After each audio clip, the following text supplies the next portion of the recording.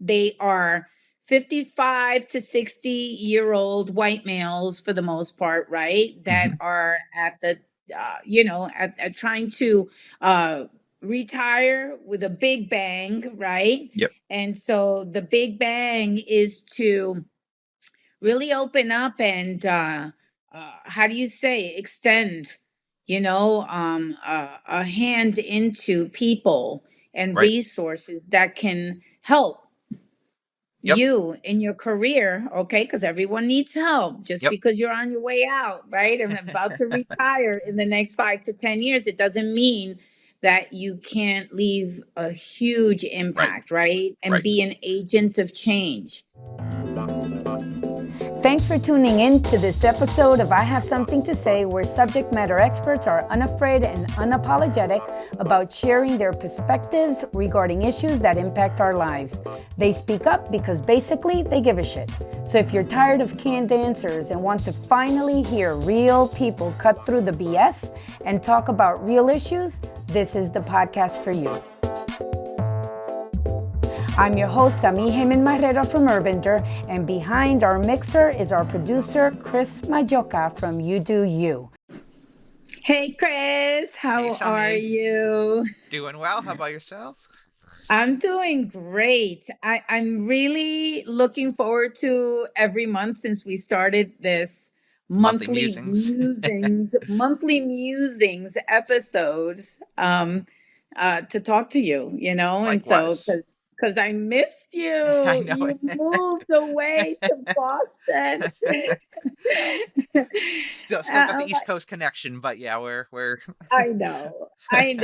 So that we can have those long talks, right. when we saw each other. So whatever. So this is a way we can get back to doing that, because I think that we're each other's sounding boards in Exactly. many ways, and so it's always helpful. And hi everyone out there. How rude of me.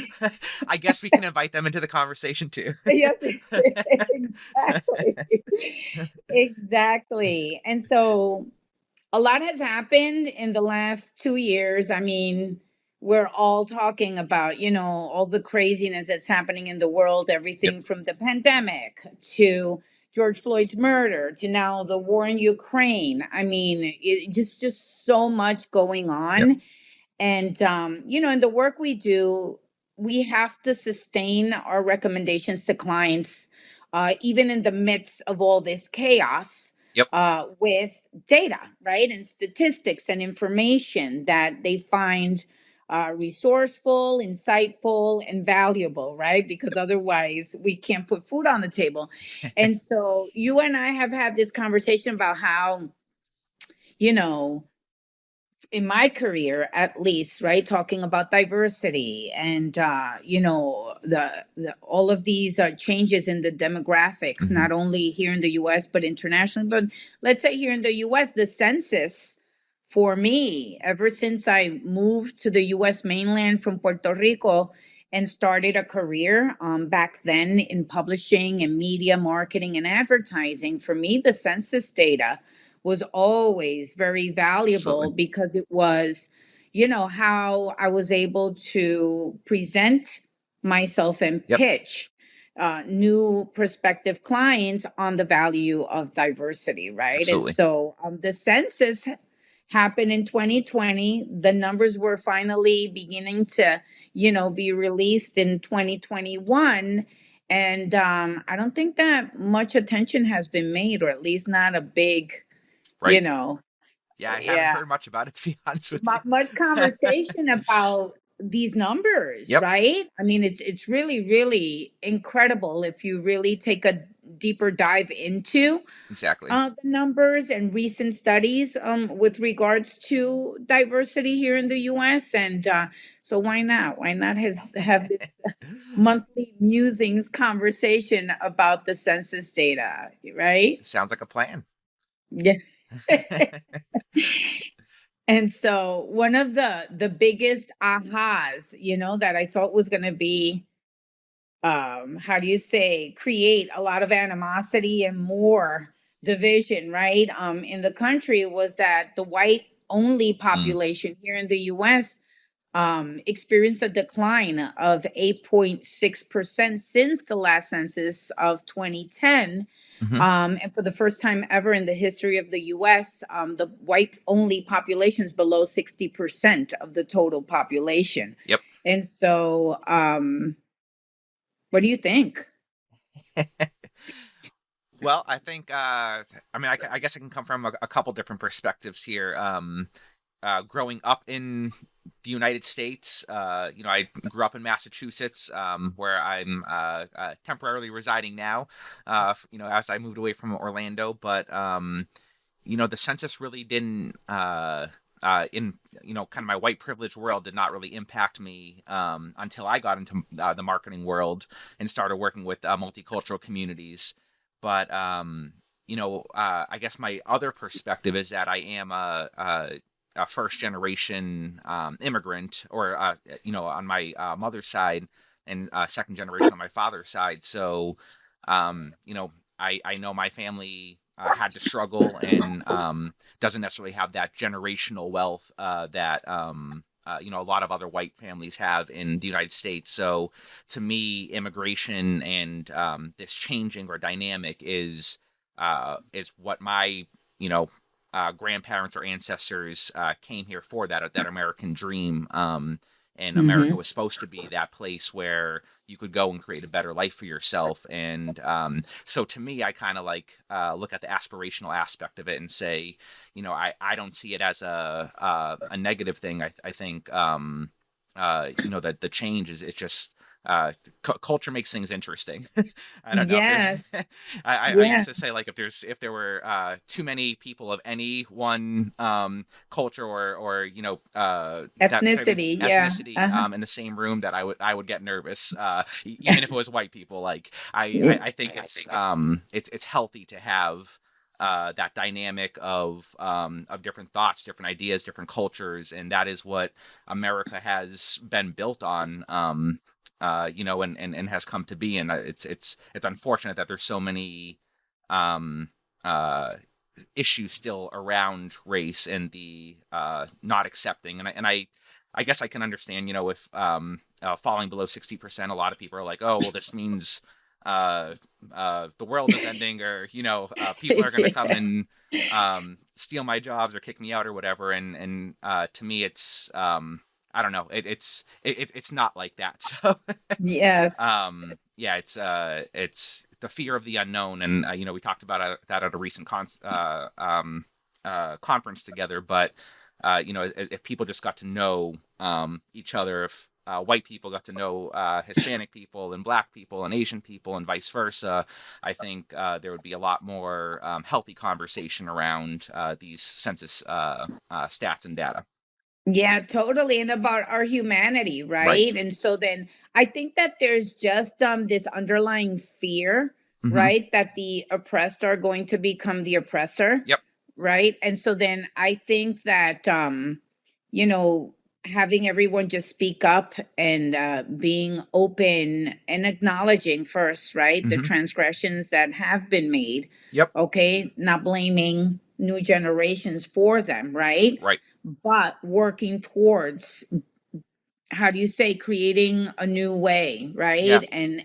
And breaking these cycles of oppression just overall, Yep. and creating equitable opportunities, right? If everyone can just agree to create parity Yep. first, so everyone's on the same footing, then we're okay, right? We should be okay. But there's just so much work to be done, right? But at the end of the day, listen, the data doesn't lie, right? Yep. These numbers are humongous.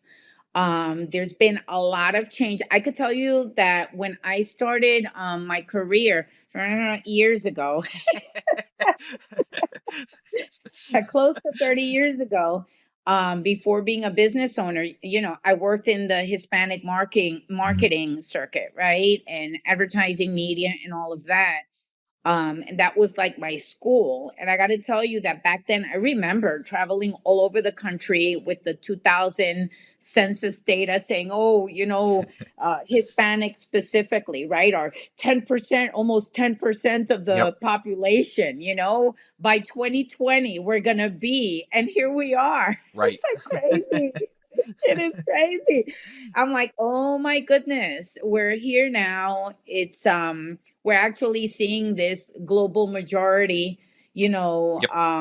transformation in the demographics of this country right before our eyes. It'll be complete in the next 15 years. And so it's just interesting, right? How every single, decade we have these numbers that just confirm Exactly. what they forecasted all along. And so I think it's just incredible. But what really the big standout to me is um, how many people identify as multiracial Right.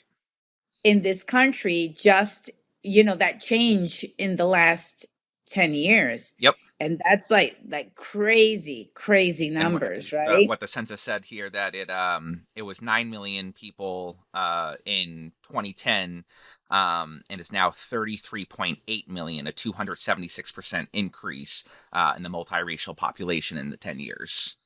Wow. That's insane. But I'm not surprised, right? Yep. Because we see it all around us, in our families, our loved ones, our friends, right? And it's actually very encouraging, because you know what the driving force is, right? What is that? Of that love. Mm. Love. People are falling in love and having beautiful babies. Yep. And it doesn't matter where you're from, what you look like, who you are, Yep. and that's it. And that's what's been driving the the increase. It's such a dramatic increase, Yep. 276% increase in people that identify as multiracial. I mean, That's insane.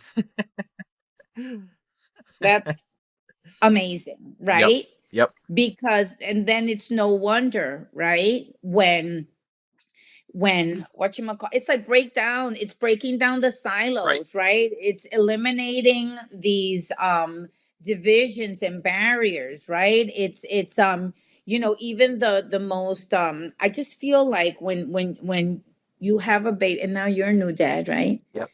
Yeah. When you hold those babies, and they smell so good most of the time anyway, you know and they're so adorable, that, I mean, I think that it really strips away Yep. at any kind of preconceived notions that people have, about the other, Right. and allows for connecting at that Yep. very primal human level, with the people around you, right? That And you love. we were just talking about that, a few minutes ago. But again, it is that getting to know people unlike yourself, and stepping out of that comfort zone, and many of those people fall in love because they did find find each other interesting. But yeah, Yeah. no, it's just it to me, it's a beautiful thing to see. And these are, the people who identify as multiracial. But if you see all those videos or whatever, people posting their 23andMe or ancestry data, and they're like, I thought I was 100%, XYZ, exactly. exactly. And almost nobody is ever 100% in those. Anything So these it's, days. yeah. Yeah, yeah, So that number is yeah, actually probably considerably higher, yeah. for those who haven't done that yet. But Yes, totally. And I think that, yeah, we find, people that are considered to be different Mhm. interesting, but it's really honestly that when we start talking to each other, we realize how many more common denominators we have, Exactly. Yep. versus differences, right? Yep.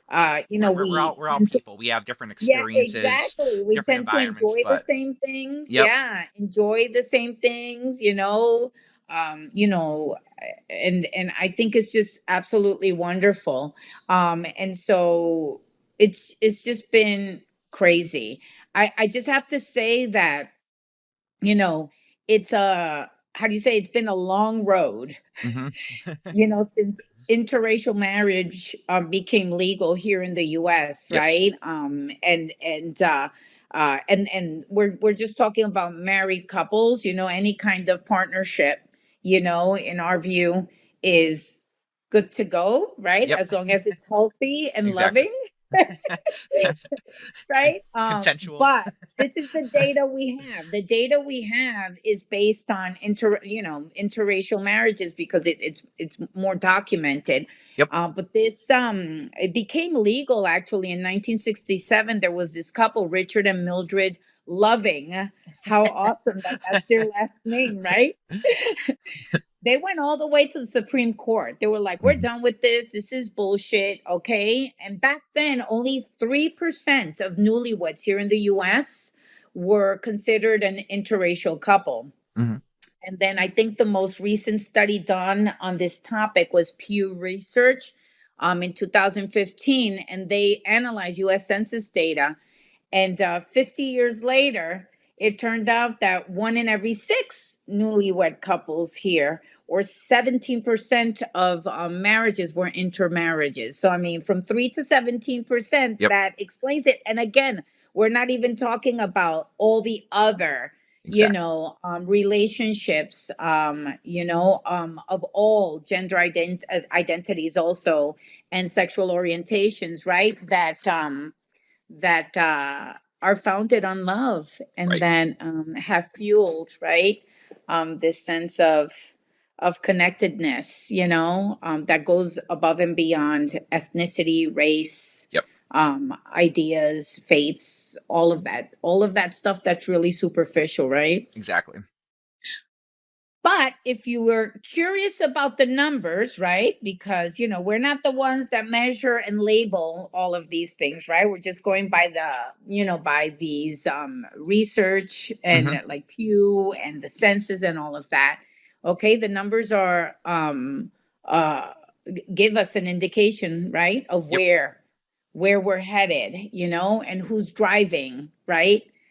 This dramatic increase in people that identify as multiracial. And so the first group, Asian Americans, are the most likely to intermarriage, to intermarry, with 29% of people that identify as Asian Hmm. marrying someone from another race or ethnicity. Wow, Yep. right? 29%. And then after that,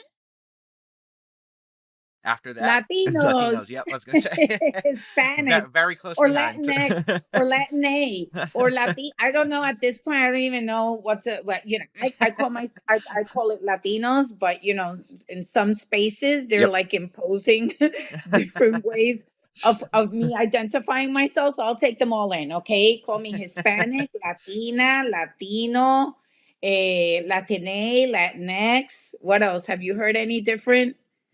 I I I think think that's that it. covers. But I hope if not, just shoot us a text or an email. At this point, Exactly. I don't even know anymore. But yeah, Yeah, so Latinos or any of the the yeah, all of the 20, above exact any of those, right? And are 27%. yep. Yeah.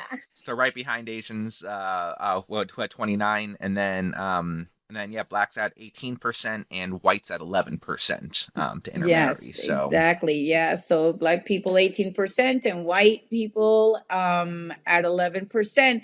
But the most common intermarriages mhm. were between Latinos and whites. Yep. Who knew? Representing 42% of all interracial couples here in the US. So you see, I'm telling you, it's like no joke where this is like happening. And you know what? I'm not even surprised, because Latinos has all Yep. ethnicities, all heritages, right? So Yep. we have the influence from the European conquistadores, we True. have from the African enslaved people that Yep. came to the Caribbean, Latin America. We also have influence from the indigenous people, right? Yep. Here in the Americas, because we weren't discovered. Right. Right. They were here all along, right? And so it's like that mixture, right, of all of these all of these influences, all of this DNA, Yep. so Yeah, I'm not surprised, right? That Latinos are up there, Yep. because we kind of cover the full spectrum. And so this is really interesting. I know that back in the day, I don't think Hispanic was, in the early years of the census was like a category, Right. a demographic category. But it had to become one because of the growth. And actually, in the last 10 years, the Latino population here in the US Yep. grew 23% from Wow. 2010 to 2020, whereas all other ethnic groups combined grew 4.3%, Mm, right? So it says a lot, though, about it's more about heritage and ethnicity and about just being, inclusive, right? In the exactly. way we love, in the way we love. And so I see, I'm already looking at the next census, Yep. right? And that this is going to be through the roof. I just hope it continues this way, Exactly. because that way we eliminate these silos and we become, more loving Yep. people, Yep. really, and can just enjoy life. There's so much to take in from all of these diverse cultures, right? Exactly. And But also providing, like, giving tribute and honoring, right, individuality as well. yep. And I think it's, again, we were talking about it being a beautiful thing, but not just from a cultural standpoint and stuff, but also, and this is, I think, a lot of thing that, or one thing that, gets maybe lost on a lot of white people, especially, is the economic impact of these Mm-hmm. multicultural communities. So, California Lutheran University Center for Economic Research and Forecasting in 2018 published that the Latino GDP report, and said that if we took all Hispanics in the U.S. and created a new country, it would be the eighth largest GDP in the world, That's which nuts, right? insane. Yep. Yeah, yeah, yeah, So yes. it's not just I think there's maybe sometimes a misconception of, like, menial job workers and stuff like that, but it's not that at all. There's, Latinos, Hispanics, Latinx, Latin Yes. are influencing and impacting America's economy Mm-hmm. in a huge way. And Mm-hmm. I think that's just another thing to consider, that it's, again, not just the multicultural aspect of, the roots, and that it's more fun to have, Yes. uh, uh, Yeah. Latin music and stuff like that, mix in the fusions, but it's that assistance that is actually helping America grow and be a stronger country. Yeah, totally. And you know what? I think they released that study. I think they actually released a new study recently, Mm, and it went up to the seventh largest, wow. right? And that's insane. Yeah. So it's just very interesting. And so imagine, this is so the seventh largest after the US, China, Japan, Germany, UK, France, India, Yep. right? And so uh but then imagine if you add the Black community, Right. entrepreneurship, leadership, the Native American Yep. community, the Asian American community, and other non-white communities. Right. We're talking like huge, huge, humongous. I mean, that would bump it up, to number Exactly. four. I don't know if anyone's has really done that kind That of would be an interesting. exercise, but that would be super interesting, Right. right? To see, because that's what makes this world move, Yep. which is the economic impact, right? And the bottom line, we're trying to change that, right? And making love. Am I getting too mushy for you? No, you're good. Am I getting too mushy for you, Chris? Never, never.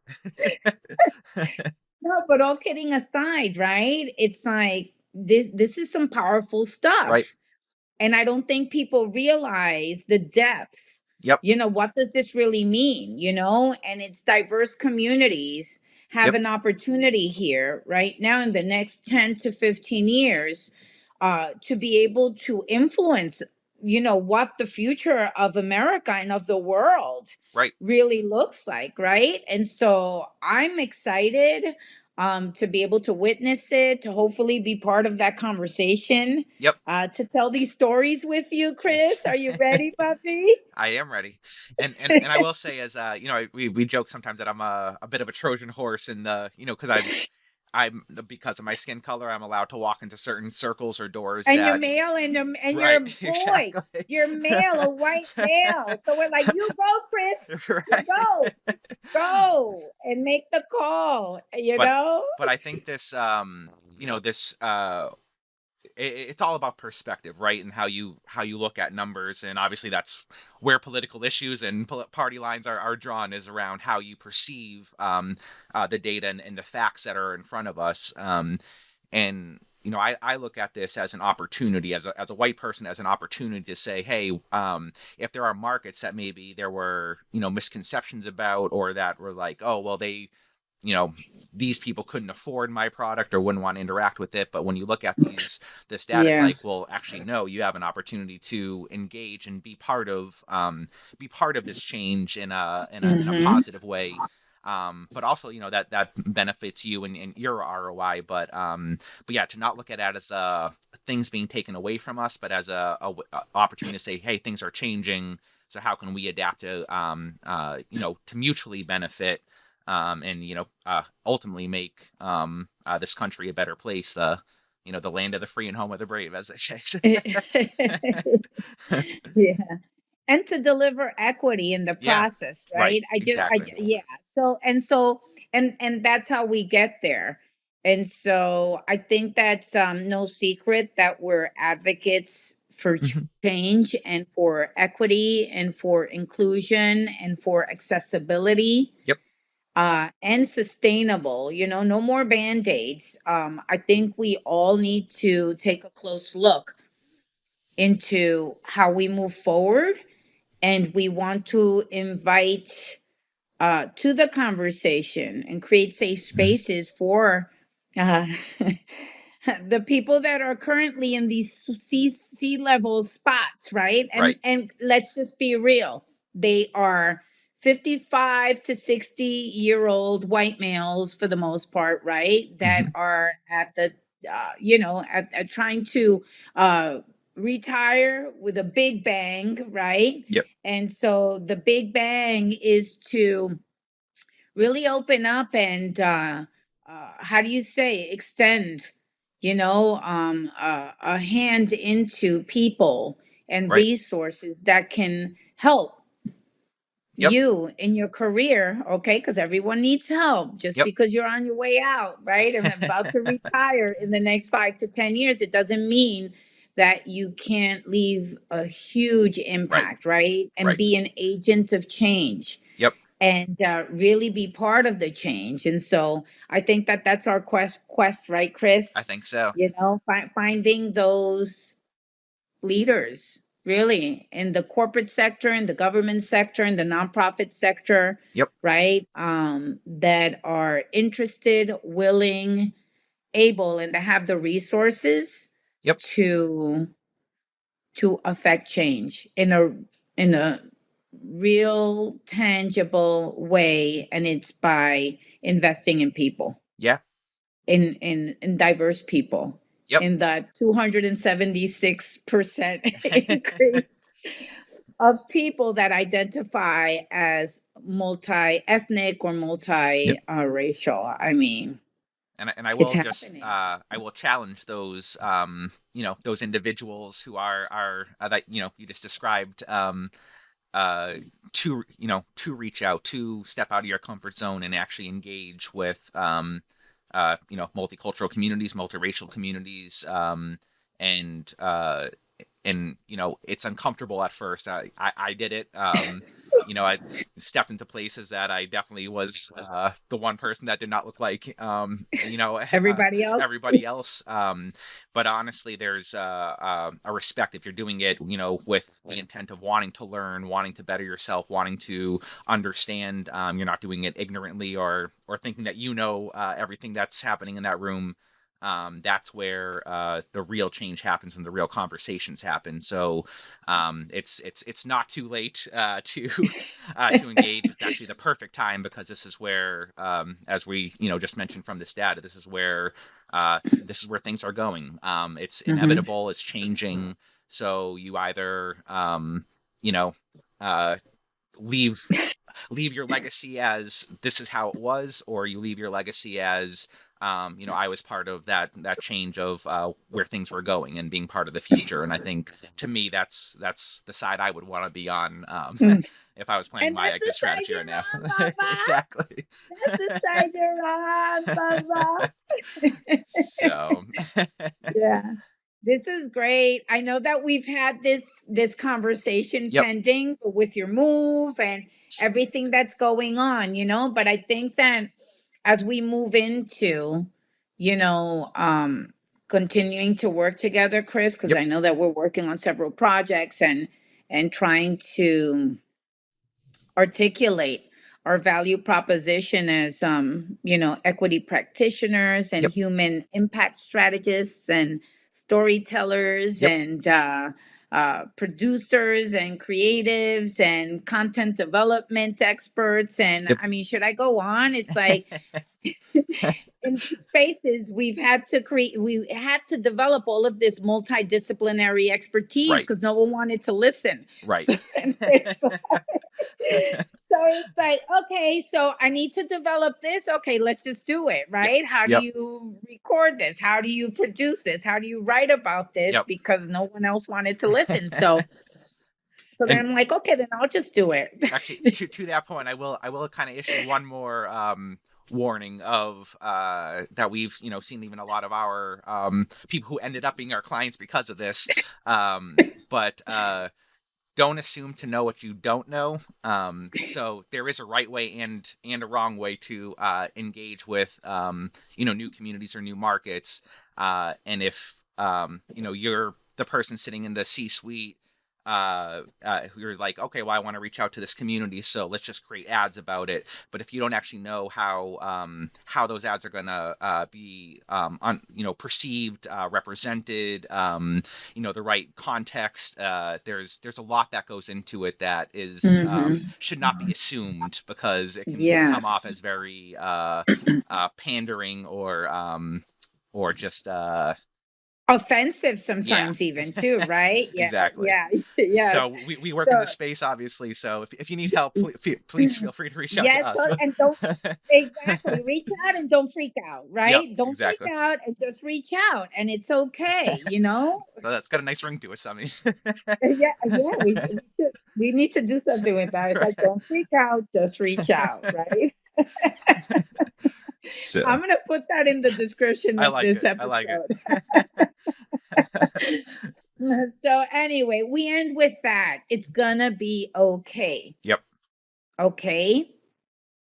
These next 10 years, you're gonna see a lot of changes in the demographics of the country. Don't freak out. Okay. Diverse communities are not the boogeyman.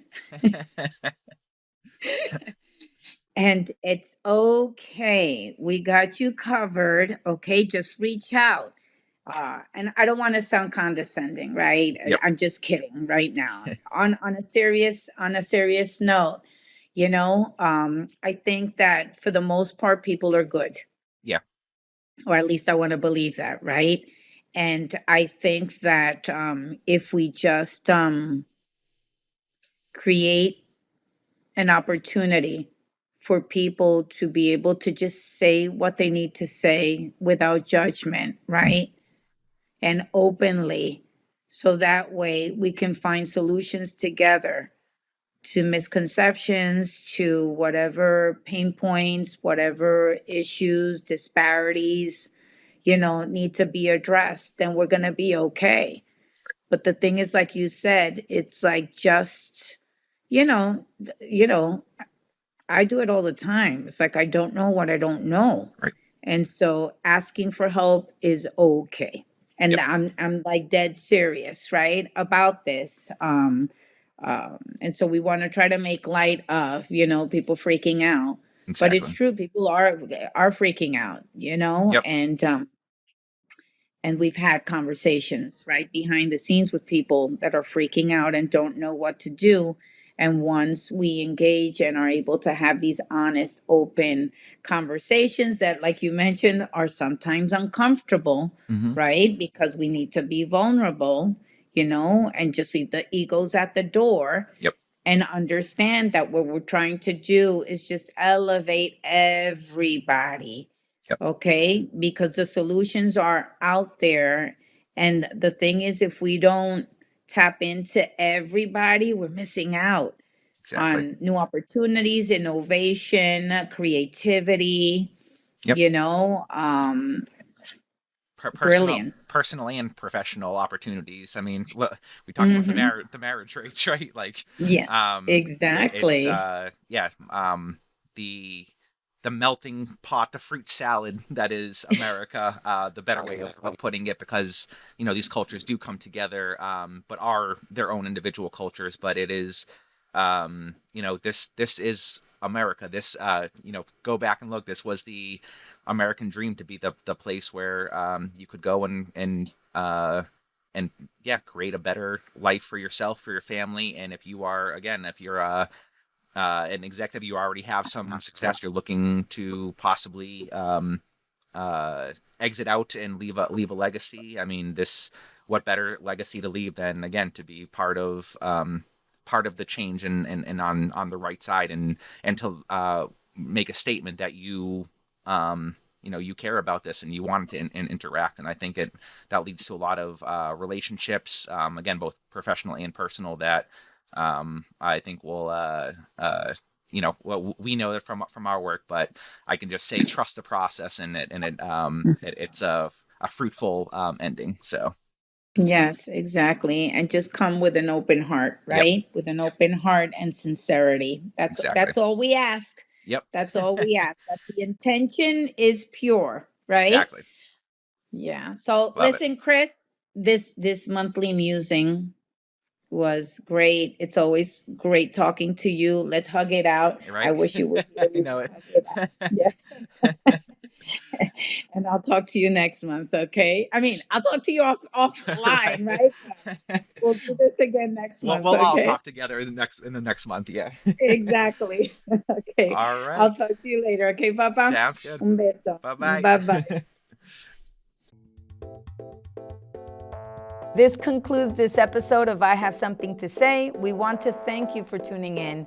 Don't forget to tell your friends about us. We're on Spotify and iTunes as well. There's more to come next week. And remember, if you have something to say, it's time to speak up.